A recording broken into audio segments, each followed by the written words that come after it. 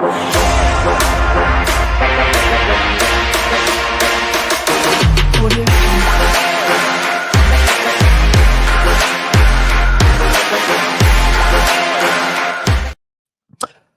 1, Manchester United 1. Hit the like and the share button and make sure you check out Match Bingo, our title sponsors tonight. You can play along live with me during the FA Cup final tomorrow, and we will be doing a brand new watch along to watch Palace take on Manchester City. So scan the QR code at the bottom of the screen or click the link in the live chat. It's the very best game you can play during matches. You get your bingo card, and it can be a save, a goal, or throw-in. Anything can win you cash prizes, hundreds of pounds to give away tomorrow. So get signed up right now or at the end of the show, but get the QR code scanned or click the link in our description. Interesting game. Listen, first and foremost, congratulations to Chelsea. The better team on the night, deserved to win. I thought they started the game wrong, and I'll get into that a little bit later.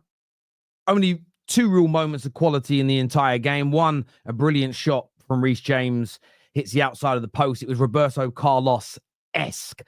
And then another bit of a great play from James. A great touch, a great turn. Thought Garnacho was a little bit laboured in his defending. An excellent cross to the back post. He just knew where the danger zone was. And Cucurella, for one of the first times in the game, got forward. A brilliant bullet header from the left back. Gives Chelsea the goal. They had to win with Aston Villa already having beaten Tottenham earlier on in the night. And they came up trumps. They genuinely came up trumps today, Chelsea. And as I spoke about 5-6 games ago, their performances have been poor. They weren't scoring goals. They couldn't get over the line. They were letting games like tonight slip. And I sat there, and probably one of the most on-point opinions I've ever had since I've been doing the Football Terrace. And it was just, if the performances don't go up, if the intensity levels, if the clinical edge doesn't arrive, if they don't sort themselves out, Chelsea, they can kiss goodbye to Champions League football. And they've delivered. Yes, they didn't get a result against Newcastle. Conceded early, a little bit of a fortuitous goal, really, for Newcastle. Stupid red card from Jackson, but they were excellent in that second half. And barring the opening 20 minutes of the first half today, where United maybe shocked them a little bit, I don't think Chelsea were as intense as they should have been. They weren't putting it on Man United and putting us under pressure. First, maybe 10 to 15 minutes of the second half as well, United were the team that were on top. But Chelsea, again, like against Fulham, like against Everton, like against Liverpool, like in that second half against Newcastle, the quality was there to be seen. Doesn't mean they don't have to improve. Doesn't mean they don't need a big summer transfer window. But you can see the quality this Chelsea team possesses. You can see the quality is why I was criticizing them so heavily in that 3 to 4 month period where they weren't picking up wins, because they were so much better than that. And they came up trumps tonight. Yes, they'd have liked a bigger scoreline. Yes, they wouldn't have liked it to have been as nervy as it was towards the end. But 3 points is 3 points. And we can see, I'm going to put it up now very quickly here and put it up on the screen so you can see it. There it is. They sit in 4th place. It is actually going to be City who drop out as of right now. So their game now against Bournemouth becomes absolutely massive. Let's see what Nottingham Forest can do tomorrow. Over the weekend when they play. But Villa in 5th. Chelsea, it was huge as well, because if Chelsea didn't get that goal, they would have been relying on favours on the final day of the season. Potentially, well, if City were to have gone on to have won their midweek game, but they'd have been under a lot more pressure. And look, they look like they're closing in on Champions League football. Maresca has got it right towards the end of the season, deserves massive praise from Chelsea fans for helping his team sort of turn it round and discover their form. So fair play to Chelsea tonight. Excellent performance from them. And yeah, congratulations. One and all. In terms of players in the Chelsea team, look, Reece James was excellent tonight. I thought Reece James had a very, very good game indeed. Defensively, in the attack. Stop playing him in midfield, Maresca. Play him as a right back. That is his position. And he stayed injury-free for a while now as well. And there was a time where I never thought we'd see him play regularly again for Chelsea. The injuries were mounting up. He was out all the time. We always knew that his ability was up there. And I remember saying this in the Football Terrace studio in London, maybe 3 seasons ago. When fit, this is before these injury problems, but I'd have taken Reece James over Trent every day of the week. Defensively better. And when he finds his rhythm, his crossing is world class. His touch is brilliant. He can score goals. He's a phenomenal player. He was great. Caicedo today. Caicedo today was brilliant. Caicedo again, justifying the price tag. Physically and technically amazing in those central midfield areas. And I talk a lot about my club, Manchester United's problems. Where do we need to improve? What do we need to do to improve? And physicality is such an underrated commodity in the game. I don't know where this has come from. I don't know where this has stemmed from. I'm not sure who created this strange narrative, I suppose. But your physical attributes, your physicality are key. And I know Caicedo's excellent on the ball, but it's his physicality that gives him this added advantage. He'll have a touch, which is decent. He'll have a turn, which is good. But then he has the ability to power past opponents. He can cover ground quickly with excellent acceleration. He's strong in the challenge. And I thought he was phenomenal in the midfield today for Chelsea. And I know that he might have been in the build-up to the goal, like a pass here or there. I know the goal was Cucurella and Reece James. But I think without Caicedo on that pitch today, Man United might have nicked something. Because there was a number of times where we were going to counter and he broke up play as an example. But listen, congratulations to Chelsea. They did deserve it. I mean, statistically, that United had more of the ball. I think Man United made more passes in the game. As you can see here, United made more passes. United had more of the ball. Passing accuracy was very similar. But it was the chance creation, which was, listen, Ahmad created a very good chance for Mason Mount that I think he should have hit the target with early in that second half. We obviously scored the goal that was narrowly ruled out for offside. Again, could have been a different game had that gone in. But you know what? You know, if my auntie had a willy, she would be my uncle. That's the long and the short of it, especially nowadays. But that was the real key difference. But I felt Caicedo stopped. Man United having more opportunities. Along, though, with the second or third best player on the pitch tonight for Chelsea. And I thought this man probably isn't going to get the attention tonight that he deserves, but I thought he was fantastic. I thought Rasmus Højlund was outstanding for Chelsea tonight. One of the best debuts I've ever seen by a defender in the history of the Premier League. Like, genuinely, where have Chelsea found this centre-back? His ability to break up so many of Manchester United's attacks. The amount of time the ball got played into the Manchester United striker, and there he was, Rasmus Højlund, within a touch or two, winning the ball back for Chelsea, enabling Chelsea to counter-attack. It was fantastic. The ball went into so many dangerous areas. Great passes from Bruno and the centre-backs into dangerous areas for Manchester United to create goal-scoring opportunities. And this debutant tonight for Chelsea, Rasmus Højlund, he just consistently, as I say, won the ball back, nullified attacks, made Man United go the wrong way. What he was doing to the Man United's number 9 tonight was almost embarrassing. He made him look like a child. It was just phenomenal on every single level tonight from Rasmus Højlund. So Chelsea, you should be so proud of this centre-back you signed because it's out of nowhere. It's late in the season, but what a phenomenal performance from that young man. It really, really was. But on a serious note, right? I didn't know I was going to say that until I said it. I'm putting Chelsea aside for a moment. So Chelsea fans, don't get triggered by what I'm saying to you. I'm not playing your team down in any capacity. The amount of times tonight United had the chance to counter-attack. And I hear this a lot recently. Okay? That people go, we have to adapt to the players until we build the squad. And I've mulled that over a lot in my mind.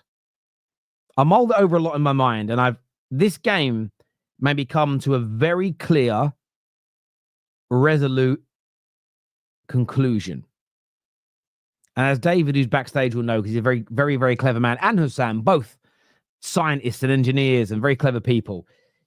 Conclusions take a lot of investigation, a lot of thought, a lot of experiments, a lot of process of elimination. You've got to do a lot of things until you come to a conclusion. And we are doing the right thing by implementing the playing style now and then adding the players and not the other way around. And I'll tell you as to why.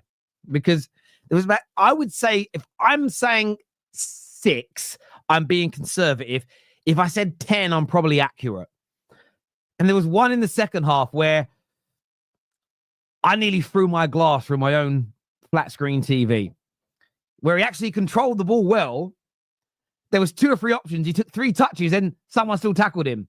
The amount of times tonight Rasmus had the ball played into him. So we win the ball back, pass into midfield, ball knocked into Rasmus. It needs a good touch and it needs to be laid off to another player. He then runs in behind, or he knocks the ball out wide, or he holds the play up, brings somebody else in. The amount of times it bounced off his foot, bounced off his knee, he'd win the ball and then he kind of stand there. And I'm not saying, I'm not taking anything away from tossing, but he's like, okay, well done, good play. And then he still lost it. Rasmus Højlund tonight, I know it's because we play 3 at the back. Listen, on a real level, I know Rasmus's touch was bad and his hold-up plays poor because we play 3 at the back. I understand that, okay? I understand if we played 4-2-3-1, Rasmus's touch would be better, of course, right? I understand that if we had a better manager, Rasmus, he 100% would be better. There's no doubt about it. I understand it. But still, for me, I don't care if the man scores 5 goals in the final on Wednesday.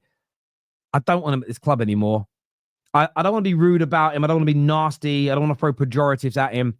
But there was so many times tonight where we get the ball, go, right, if he holds it up correctly and plays the right ball back to Bruno, we've got an overload on the left-hand side. We've got an overload on the right. We've got a great counter-attacking opportunity. Can't do it. And I know it's a confidence crisis for him as much as anything else. But he did my nutting tonight. He did my nutting so much. And look, I didn't want to lose. The most important thing was no injuries, and touching wood, we've got through that. I didn't want to lose. I would have loved to have won the game because I always want to win. By the way, I don't think if we'd have won, it would have given us any more or less chance of beating Spurs on Wednesday. The momentum stuff, I think, is a load of old nonsense. But I just watched him tonight and I thought, anyone who thinks, some people think it's a style of play, you can believe that.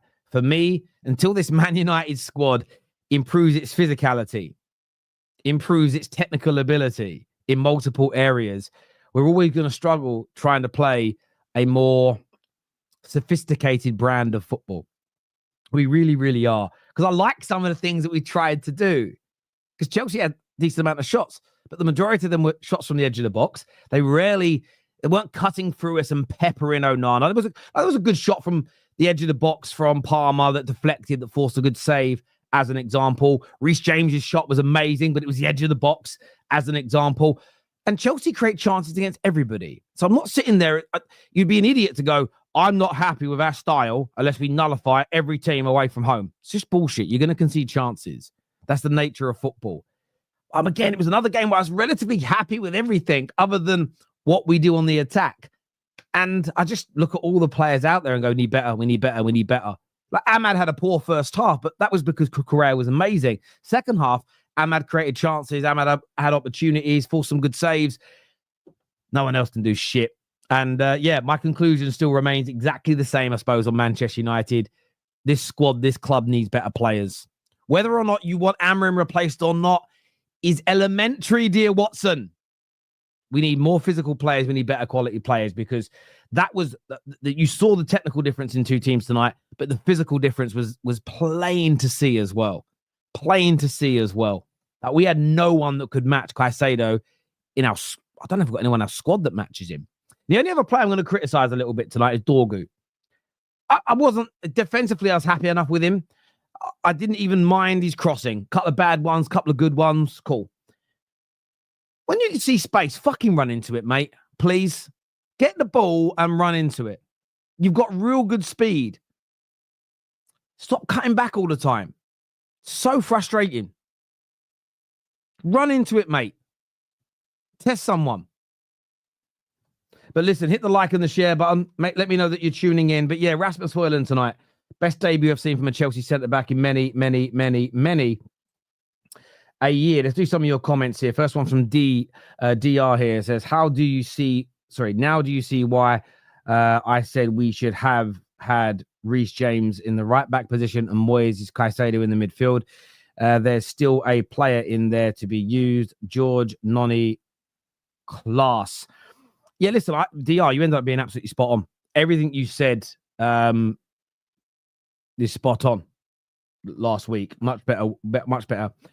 Jaws lacks physicality at the moment, which meant long balls were coming straight back. Still think we should have started 4-3-3 with more control. Lavia, Caicedo, Enzo and Caicedo, and a front three of Palmer, Neto, and Noni.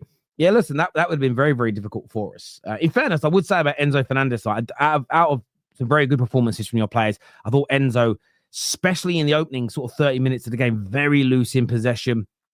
Didn't win very many of his physical battles in that regard. But yeah, listen, Gav, you've got a great point there. That may have worked and paid better dividends, because I felt like you were carrying George in that central striker role, and it made it a lot easier for us, especially for Lindelof. You know, you really should be causing Lindelof more problems, and you didn't manage to do that. Not that it matters now. You won the game, but I hear you.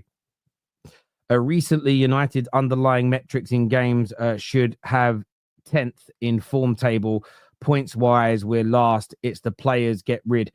This is the thing, Goodrick King, is people will use. You'll find this about Standards FC. They always say they hate stats, but whenever they want to condemn you, they'll throw a stat at you. Longest run ever without a win in the Premier League. Well, I thought you didn't like stats. Well, it's you pick and choose when stats matter. I always find it hilarious. You'll actually find that most people that say they hate stats, to prove their points, will give you stats. Just bad ones. So are they only nonsense when they're good? Listen, if you're watching tonight and you think it's the manager's system and our style of play that's a problem and not the need for better football players, I think you're smoking crack. However, you are entitled to that opinion. And even if you're right that Amorim isn't good enough to win us Premier Leagues in the longer term, I'm still more focused on building a better squad. It's still the bigger priority for me, in my very humble opinion. Rasmus pulled Colwell's shirt off twice. Hilarious. Yeah, he did and he didn't. He did and he didn't. That was funny, but it was also 50-50. If you watch it, Colwell kept on pushing him. So Rasmus said, I'm going to hold your shirt. So when he pushes him, he pulls his shirt. And yeah, it was just 6 of one and half a dozen of another. It's probably a sexist term in 2025. But when I grew up, we used to call that handbags, is what we would call it. Credit the lineup. He had the intent to win the game. I remember being told Scott was taken Rasmus's goals last year. That's still funny. The fact that he didn't lay the ball off to Mount is criminal. Listen, the approach from the manager, I would have still preferred a little more rotation, but I'm not against his methodology in the last 2 games. And this is what you're going to get, Joshua Jack. If somebody is Amorim out, the way he's prepared for this game in terms of rotation will become about results-based analysis and not performance-based analysis. The same for Big Ange if you're a Big Ange hater. But the only way you will know if Man United got their approach wrong is if we look physically exhausted in that 90 or that 120 minutes on Wednesday night. Equally for Tottenham, how you'll know it failed is if the players that start the game that have barely played for 2 weeks lack sharpness, lack a cutting edge because they haven't played. If both teams actually play quite well based on our own stat levels and one side narrowly wins, there should be no agenda about the approach because they both went in and gave their all in the final and performed to the best of their abilities. The proof's in the pudding for me. And look, we did try and win tonight. And in fact, what I was happy with actually is that we were putting in some tackles. We're putting in some challenges. There was one where Enzo and Bruno went in. And I thought, I actually shouted at my team, I went, don't pull out. Because it's when you pull out of those, if you've ever played football, that's when your knee opens up. That's when you get injured, and he didn't. So at least the players did go for it. The problem is these players just are not good enough. And a lot of them don't have the mentality for repetition.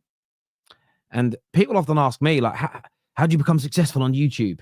Depends on what you consider success to be. If KSI is successful, then there's barely any football YouTuber that is, right? But let's just say in the football world, it's perseverance, it's consistency, and you keep going no matter how good or bad things feel. Man United don't have a lot of players that can play for 90 minutes or play multiple games for 90 minutes and maintain an intensity. A little bad moment happens and they're shrinking violets. The old arsehole goes. The old April starts just to wink at you. Do you know what I mean? We're not very good like that. And Chelsea were much better in that regard than us. Garnacho was lazy. That goal, glad Cunha is close. Yeah, I thought Garnacho was very poor defensively in that moment. It was very laboured, like he'd been playing for the whole game, but he fucking hadn't been. It was very frustrating. I totally agree with you. Will Radcliffe lose for 8 billion affect the club? No, because again, people don't understand finance, and it really frustrates. There are some financial experts that also like to chat bullshit because they're like champagne socialists. I see a lot of them. I don't talk to much of them anymore because they work for all the big corporate organizations and capitalist organizations, but then they moan about capitalism. I find that so weird. It's like being a butcher, but it's literally like being a butcher, but saying up veganism. It's fucking strange to me. But no, because a lot of that net worth isn't tangible assets. He hasn't literally lost £8 billion out of his bank account. That was the worth of a company. And again, in a few months' time, it might be up and be higher. It's not that, you know, there are some idiots that think, the net worth of Elon Musk and Bezos. Some people think that's actual cash.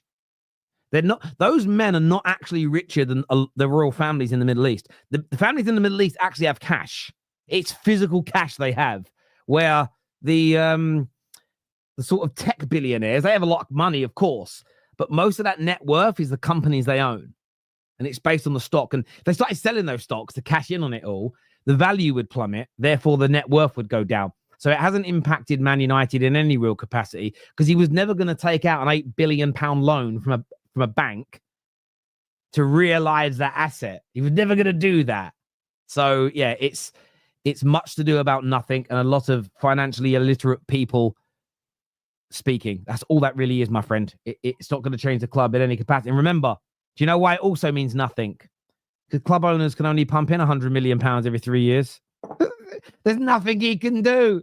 People actually think, if we had a billionaire owner that wasn't broke, he'd pump in billions. They can't. They're not allowed to do it. I just don't understand how in 2025 people are still allowed. Elon Musk, please ban them from socials. Because I know there's freedom of speech and then there's like liable, right? Spreading lies isn't under freedom of speech. Not even in America, I don't think. It's crazy. It's got to be shut down. It's got to be stopped. James Spin and Cross was out of this world. Do you know what I would say, D? A lot of people like to call that spamming. You didn't even look. You just spammed it. No. It's about knowing. When you see a player cross a ball and no one's there, and idiots go, why did you cross it when no one was there? That's because they don't understand football. You're meant to put the ball there. If an attacker hasn't made a run, that's on the attacker. Brilliant cross and turn. I absolutely agree. Thanks for explaining. No worries, my friend. I appreciate it. Based on how the PGMOA moved, shocked, no red for heaven. All right, do you know what I think saved him? It could have been a red. It could have been a red because it's a follow-through. Studs hit the shin. Do you know what I think saved him? Is that Gusto kind of lunged in and there was 2 feet as well. I honestly think, they won't say this, I think they'd have looked at it and gone, meh, personally. But yeah, that could have been a red. It wouldn't have changed the course of the game, wouldn't have changed the end of our season, but it could have been a red. Yes, but I do think it was because of the thing. Also, like the penalty, I can't believe they gave the penalty. When it happened, we all saw Onana get a touch. I couldn't believe it was given. And yeah, it was a little bit of a dive, I suppose. Maybe not. I don't know. Ahmad dived. Ahmad's definitely was a dive. I saw people defending it. I was like, the fuck are you defending it for? It's a dive. Just call it out. Move on with your life. Right, time to bring out our panel for this evening's show. Remember, we are sponsored by Match Bingo. Such an amazing game.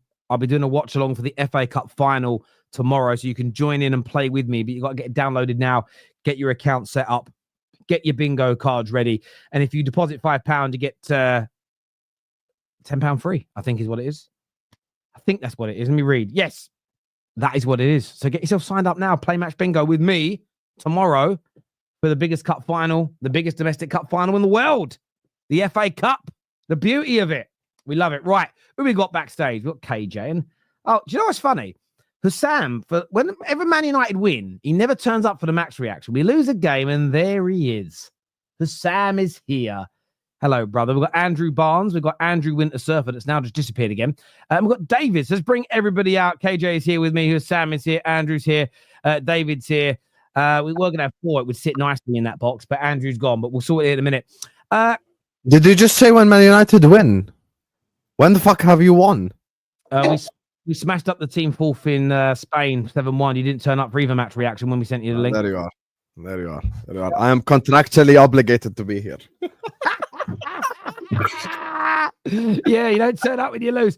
I'm going to come back to KJ in a minute, actually. David, what do you make of Chelsea tonight? I thought it was pretty comfortable, actually. I can't lie. I was never worried about United scoring. It was just about whether we were going to get the goal, and I was quite confident we were. So I was pretty chilled out throughout most of the game. I was more focused on the Villa game, hoping that they dropped points, but they didn't. But I never really felt United were going to score. We kind of kept them at arm's length. Then we scored, and then we brought on Navia, and then they had no chance at all. So overall, it's pretty much like a business win. Just beat the teams that are worse than you and carry on with your day. So yeah, that's pretty much what I think. What did you make of your new signing tonight, Rasmus Højlund at the back? He was when you said it, I was like, "Who are you speaking about?" He was terrible. He was so bad today. Like genuinely, that's one of the worst performances I've seen in the Prem in a while. Like every time the ball went up to him, it came like when tossing Adebayo's bullying you. You know, you just put the fries in the bag, bro. It's just leave, man. It's time to go. You just can't do it. Can't do it, man. He was so bad. He was so bad. It's unbelievable how bad he was. No, I agree. It was the one that got me. I don't know if you saw it. Is when he actually won the physical battle, controlled the ball well, and just sort of doodled on it, and then snacking around the side, and then you guys counter to it. I was like, how? Yeah, listen, I know a lot of people don't like him. I know there are not a lot. I know a percentage of United fans don't like him, but the amount of attacks that broke down tonight after Rasmus won the ball, it was mental to me. I couldn't believe it. I was like, oh my. Well, no, I could believe it. It was just frustrating. But what did you make of Caicedo tonight in the middle? Oh, again. I should have brought somebody else up as well, but I'll get to that. Caicedo again proves why he is the best midfielder, like defensive midfielder in the Prem, apart from maybe Rodri, but we haven't seen Rodri in a year. But he wins the ball, and he's so good on the ball as well. He's one of the main reasons we scored our goal, because he sprayed it out wide and put it in the right area for us to actually build the attack. So yeah, he's just phenomenal. But he's so good that it's now just what we expect out of him. So I don't. It's almost one of those things where it's like we don't really have to talk about Caicedo, because we know that Caicedo had a good game. We know he's dominated like most tackles and won loads of duels, and he hasn't lost the ball in stupid positions. He's just doing what he's doing. And Cucurella, if anyone tells me that's not the best left back in the Prem this season, you're lying to yourself. I'm saying it now. I'm saying it with chest. He has had a phenomenal season this year. Phenomenal season. Improved so much. And he's scored crucial goals for this team. Crucial goals for the team. The job's not done, and that's something I will say. The job isn't done, but he this season has been 8 out of 10, 9 out of 10 most of the time. So fair play to him. No, he has been he's been very, very good. I often have sleepless nights when I think, that's the one thing you probably got to thank Poch for. Poch forcing him to play in that Carabao Cup game so his loan to Man United didn't go through, because Clearlake and your sporting directors were going to get rid of him, which is, when you now look at it, you just think crazy, because we could fucking do with a left back or a left wing back that good, I tell you. It would make our team and our system so much better. And it was great. Winter Surfer, listen, there was a moment tonight where it looked like you might need a favour on the final game of the season, but your team came up trumps. That's 4 wins in your last 5 games now. Another performance as well. You feeling confident going into that Forest game on the back of tonight? I I don't know if I don't really have confidence much in this team because they just Fucking hell, Andrew. Where's your energy? Yeah, bro? I've never Just beat feared Man any United. team this season. I just feel what we cannot do. But I just want to say, you smell that, Terry? That's the stench of this fixture. This fixture stinks for the past 8 years. This fixture is one of the worst fixtures. I will agree. I will agree with you, bro. I will agree. I will agree. If it wasn't such an important win for Chelsea, because 3 points are really all that matters at this moment. I do feel, considering how shit we are, you guys only winning 1-0. And I do think if it was middle of the season, it'd be a very different conversation today. So I do agree. It wasn't, barring Caicedo and Reece James, it wasn't a high quality football match. I agree.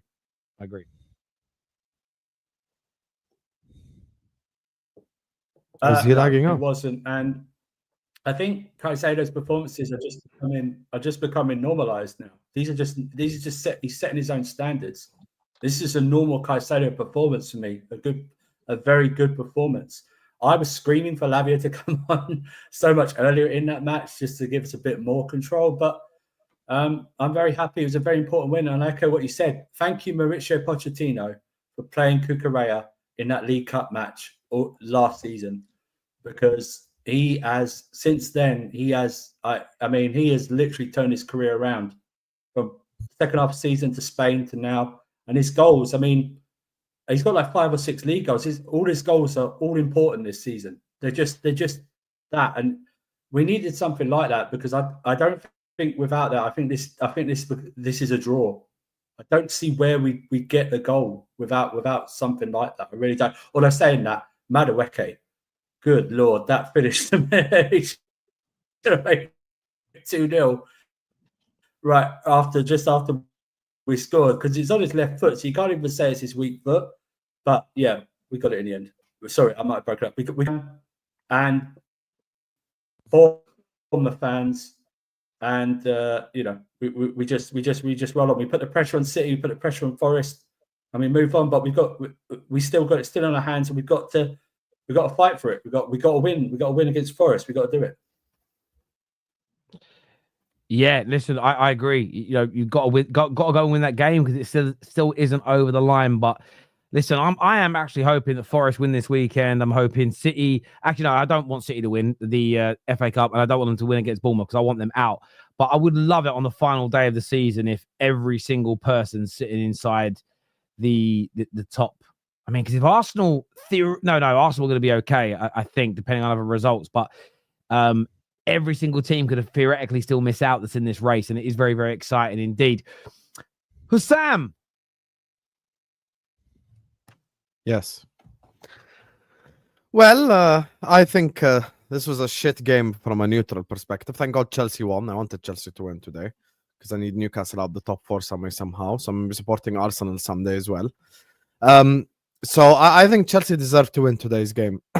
I don't think it's the Madueke chance. I was listening to Terry speaking about the Mount chance, and he should have probably hit the target, but that Madueke chance was so horrible, bro. I cannot believe the guy did not even hit the target. It's genuinely impossible for me to understand how a professional footballer in that position cannot hit the target. It's actually mad. I think Chelsea deserved to win the game. 100% Chelsea deserved to win the game. Man United are pathetic. It's not even banter at this point. People can sit up here and say, oh, you're just laughing at us and all. No, I'm not laughing. I'm being serious.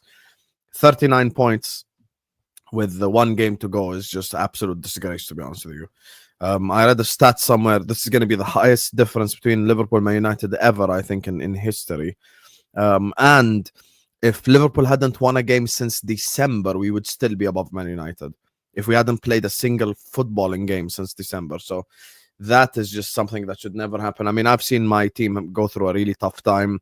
I've seen my team be shit as well. I've seen my team have really bad managers, not spend money wrong, everything that United are going through right now. But we were never 17th, and we would never had 39 points on the 38th match day, which I think is just insanity. I think it's actually even bigger pressure. I need to correct you. We're 16th, not 17th. Don't do us dirty like that. Sorry, my bad. My bad. Just Spurs we need are the facts here. We need the facts. Yeah, You're a scientist. Spurs are so shame. So I think the game next Wednesday for Man United is actually more do or die than for Spurs, because Spurs is a failed institution, and we all acknowledge this over here. So we just like, if Spurs finish 17th, everyone just go haha, and life moves on. But with Man United, you can't finish 16th and not win the Europa League. So I think results keep piling up like this. It gives them even extra pressure for Wednesday. Come on, you Spurs. But Chelsea deserve to win today's game. I think that turn from Reece James was a world-class turn, because he sent whoever the hell was defending him to the shops. Like, that was an unreal, like, that was a Cruyff turn, like Gravenberch-esque Cruyff turn. And then he just passes it, unbelievable cross as well to Cucurella. Cucurella, who's been like Chelsea's best forward this season, funnily enough, comes up again with another goal, you know.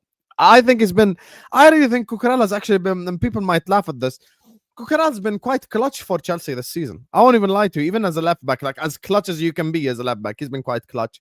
But once again, same thing I said after Liverpool, they've done one half of the job now. You have to complete the job. You have to finish the job. Now you're here. Now you're in this position. You have to finish the job. You have to go away at Forest and win or draw or do whatever it takes to get you to Champions League football, because you cannot allow Villa, Forest, Newcastle to pip you to Champions League football. So for me, Chelsea now, I think one of the favorites to get Champions League football. You know, they're going to come back to the Champions League. It'll be interesting to see how all these children perform in the Champions League, because, you know, like even a game like today, sometimes you get a moment like the Madueke moment just once in the whole 90 minutes in the Champions League, and you don't take that moment, suddenly it's 0-0, suddenly you're knocked out of the group stages and it's everyone go home. So for me, I think Chelsea deserve to win today's game. I think they were overall the better team. I heard what Terry said on Højlund. That's the biggest L, I think, in Terry Fleur's history, like backing Højlund, because now it's just been proven after time, like the guy is just absolute ass, to be honest with you. He's just actual ass. I watched him today, and there was a moment in the second half. I think Terry described the same moment, but I don't know if he was talking about the same moment. There was a moment in the second half. Diallo got past like two players. Højlund gets the ball, and then he takes two extra unnecessary touches, which makes Diallo tackle another guy, and they end up losing the ball again. I think Højlund is just dog shit, man. Mason Mount should have hit the target. They have a personnel problem. In fairness, like, if we didn't play free at the back, Højlund wouldn't do that. Oh, here we go. No, I'm just pointing it out. He wouldn't do it with free at the back. I know what you're alluding to. I have to I'll hold my hands up. Højlund's been... Do you know what's really sad, though, from a United fan perspective about Højlund? If you just go back, and I know compilations don't give you the full story, but if you go back and just watch him in his first like 4 or 5 months, he did look a completely different football player. There's been a big regression in him, and he's going to go back to Italy next year, and he's going to look good, and everyone's going to go, why did Man United sell him? It's a combination of him not being ready to lead the line at the club, and everything, and he isn't good enough. He can't handle the pressure. But now, listen, you've got to hold your hands up when you get a prediction wrong. You know, we all do them. You know, you want his slot out at the beginning of the summer. We all have these bad predictions that don't go the way we expect. Instead of holding your hands up, you made it about me. I just said it's the biggest hell you have. No, I'm agreeing. I'm saying we all have them, and I agree. I'll hold my hands up to mine like you do yours. I agree with you, brother. Yeah, I did. I'm not saying anything to the contrary.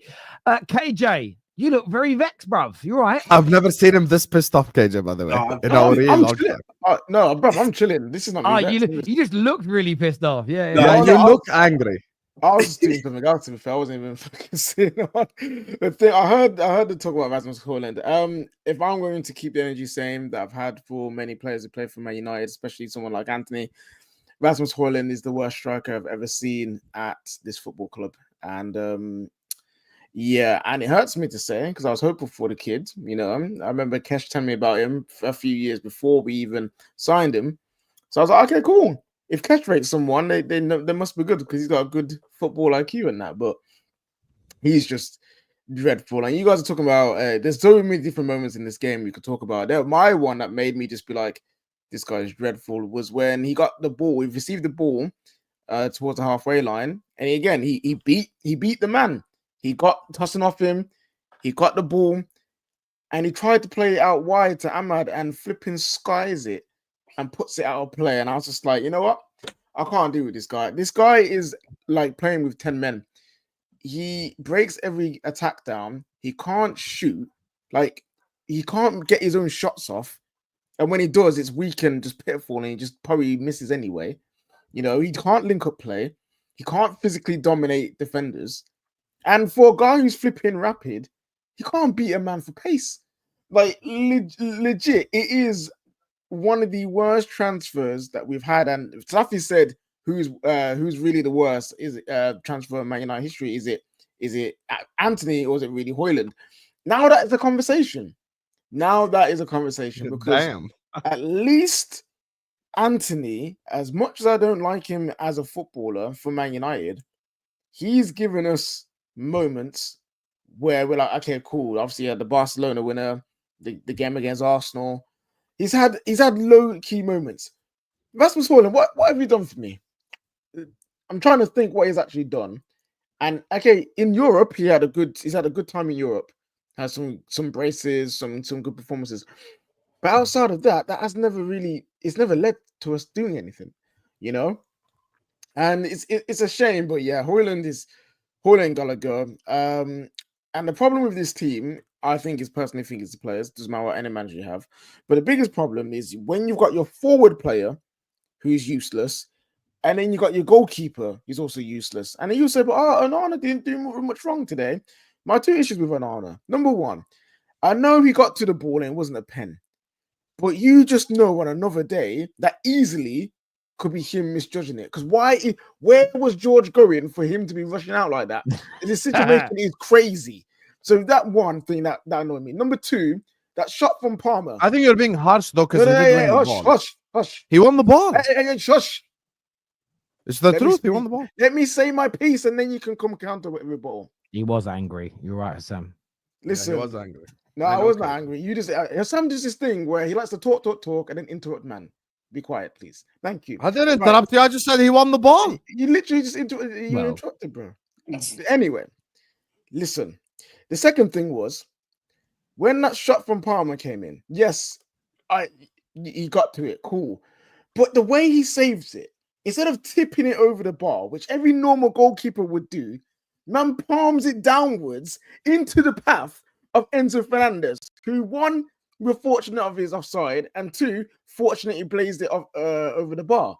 But in another scenario that happened again, that's another goal, and he's already done that multiple times this season. So, the two players that you need to be on point most of the time in the game, your goalkeeper and your striker, the top and the bottom, they're just massive issues for Manchester United. And yeah, we just need new players, man. It's Pete, man.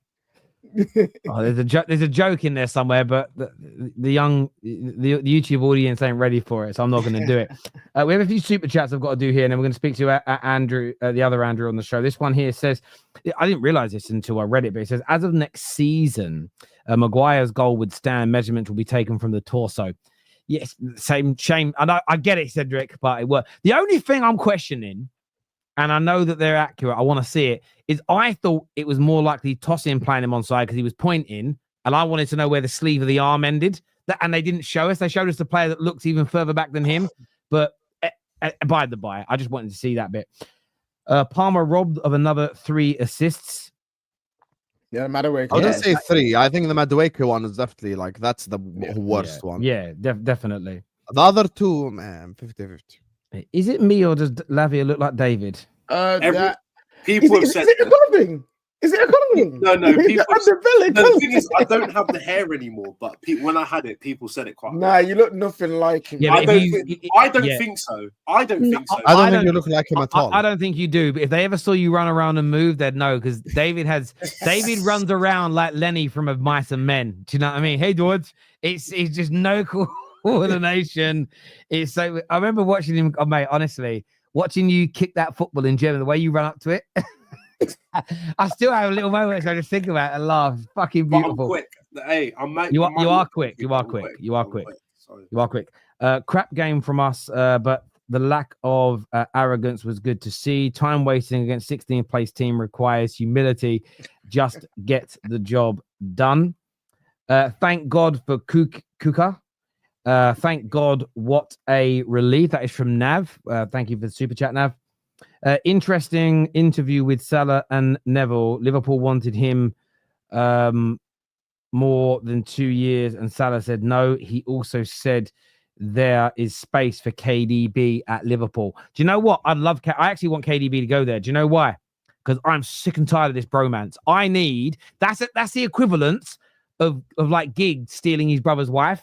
If Liverpool go and sign one of their greatest ever players, at least it would create a bit of animosity between the two clubs. You know, back in the day, two warring families would marry their kids off to keep them together. That's what KDB would be for Liverpool and flipping City, bro. That is fair. That is fair.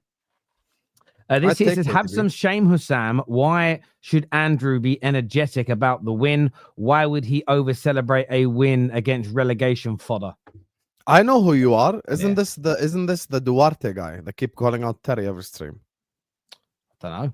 Martin, I think that's probably him. I get called out most streams by a lot of people. I don't know. Listen, I don't know. I lose count. Listen, 10 years ago, they might have been relegation fodders. Now the 3 have been confirmed relegated. So yeah, we're not relegation fodder. We are low mid-table, is what I'm calling us. Like, I used to live in Leytonstone. They create this little part of Leytonstone. They called Upper Leytonstone to make the houses more expensive. That's what I'm saying. Now we are lower mid-table. That's what I'm doing. It's I'm gentrifying the league. Anthony here says that loan to United for Cucurella scared me so much. He just thought to himself, "Yeah, I need to get my priorities straight." Did we finish? No, we didn't finish both in that season. No. Nav here says, sorry for coming at you, Andrew, last week, but I'm very, very passionate winner. I was extremely fuming. Second half wasn't enough last week. Maybe I just didn't get it. Come on, Chelsea. Up yours, Mount. Have it. Damn. Yeah. KJ, he wore an Apple Fit watch and tried to cover it. I didn't understand that. I don't know what's going on. Maybe he's getting. Listen, I don't know. My theory: he's getting told off by the club for not running enough, and he wore it so he could check his stats versus theirs. No, I don't think it's that. I genuinely think he's trying to analyze his game and he thought his Apple Watch could do it. So what's going wrong? I don't understand. Let me just put this on and see what's happening. Yeah, no, the club says I only run like 8 kilometers. I'm checking it myself, bruv. But yeah, that was weird. I will say this: I don't know why Maresca changed his style. He was banging in 4s and 5s, and now we keep hanging on for 1-0s. I don't mind it here and there, but it's every game. It's the results that matter. I think for the benefit of the team, false 9 on Wednesday. I don't. False 9 with who though? Then I get it. No, I get it because with who? Like Bruno, Mount, Mainu, got anyone. No, yeah, but then who's the front three? No, I've got it. Let's just play Harry Maguire up front. Yeah, Harry Maguire. Play Maguire up front. We win 3-0. Crazy, still not even gonna lie. But this is the predicament we're in, Joshua Jack. I get it. Part of me wants it, but really and truly, a final when the stakes are on the line, it's not the time to try this thing, man. Like we tried it once against Crystal Palace, didn't work. I know Rasmus is playing with 10 men, but we got nothing else. Like, no, honestly. Yeah, I hear that. Terry, a serious question. Do you think the formation and tactics of your coach is good enough to win a major trophy? In my opinion, I don't think so. It's a fair opinion to have, Tarek. I look at it this way. Take out Rasmus tonight for Victor Gyökeres. Take out Mount tonight for Cunha. Take out Casemiro for Baliba. Take out Maz for Frimpong. And I'll tell you what I'm doing here, because most teams don't win major trophies without players of that quality in their team anyway. So irrespective of this, and this is why Man United fans have got to wake up and smell the coffee. You think about, typically speaking, look at the teams and squads that win the Champions League. Look at the teams and squads that win the Premier League. Because I know you're not saying, talking about FA Cups and League Cups. Well, I'm assuming that you can confirm. But when you look at the teams that win, you're telling me if we had Trent on that pitch tonight and Salah on that pitch tonight, and we had Gyökeres or Isak, like I mentioned, if you start adding players that we think are true quality to win Premier Leagues and Champions Leagues, are you telling me we wouldn't have had a much better chance with those counter-attacks tonight? For me, it's about bringing in better quality football players. Then we can judge. And by the way, we've done this to every other manager. We've not created the right squad and then judged them got a new guy in. I'm excited and never built the squad. This time round, what I want to do is build the squad and then judge the manager. We had the super chat the other night about Arsenal, and then everyone agreed, and then they backtracked because they realized what it meant. A super chat, as Zane said, if Arsenal get all their targets, Liverpool get all their targets, and City get all of their main targets, the only reason Arsenal won't win the league is because of Arteta. And I read it, and then I went, hang on. So you're saying that if they all hit their own targets, Arsenal have the best squad? All the audience agreed to begin with, yeah, it'll be on Arteta. So you're saying he's got that means Arsenal will have the best squad if they get Nico Williams. Or sorry, if they got Rodri and Gyökeres and Zubimendi, they've got the best squad. No, it's not as good as Liverpool and City's. Then how can not winning the league only be on Arteta? And that's what and for me, that's the point to all of this.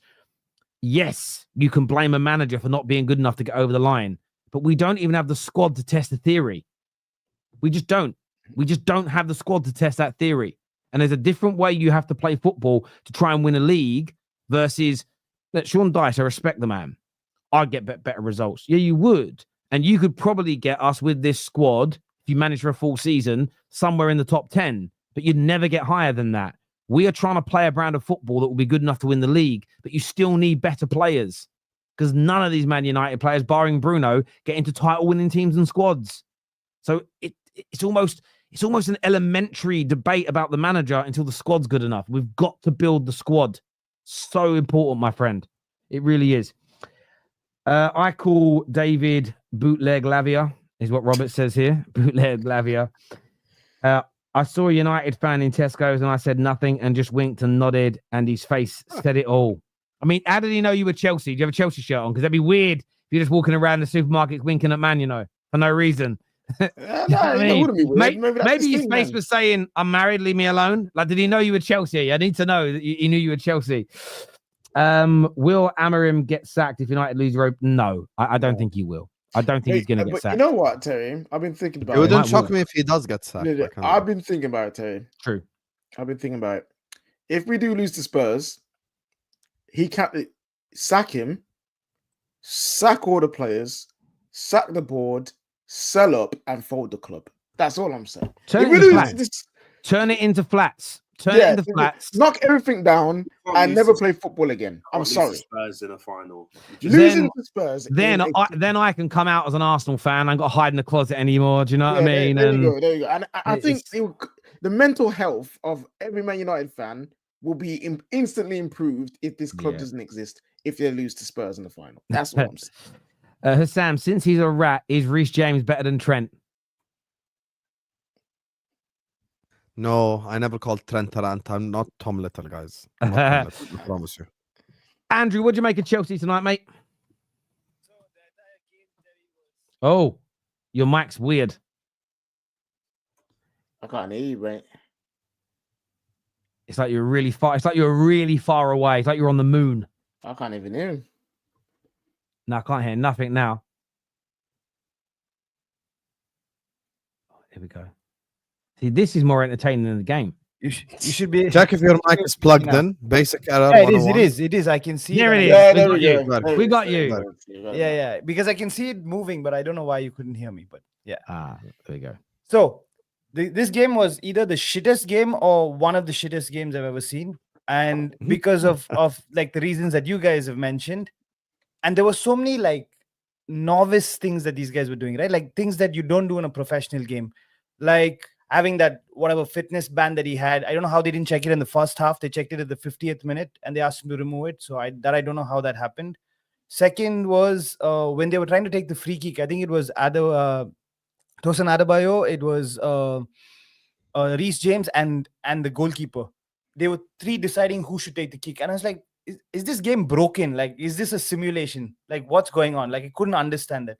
And then like the good players, we deserve to win, because the thing is, in the beginning, Chelsea, but for 5 minutes they were attacking, they looked good, and then the game just became scrappy. Like United looked like they were doing something, and then when they put up the stats, I was like, but United looked like they were doing something, but they were actually not doing anything because Chelsea had the better numbers. So that was crazy for me. And then finally, for me, the good players, because he scored the goal and he was playing good, Cucurella, Reece James, that turn was amazing.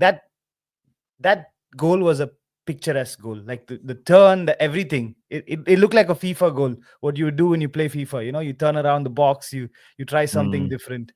And if his goal had to go in, that would have been a mad goal. Because I don't know if you saw the one where he hit the post, where he sort of like the build up to that also was great. The build up to that was amazing with Palmer, with everybody. Like it was so good with Madueke, who made the cut across.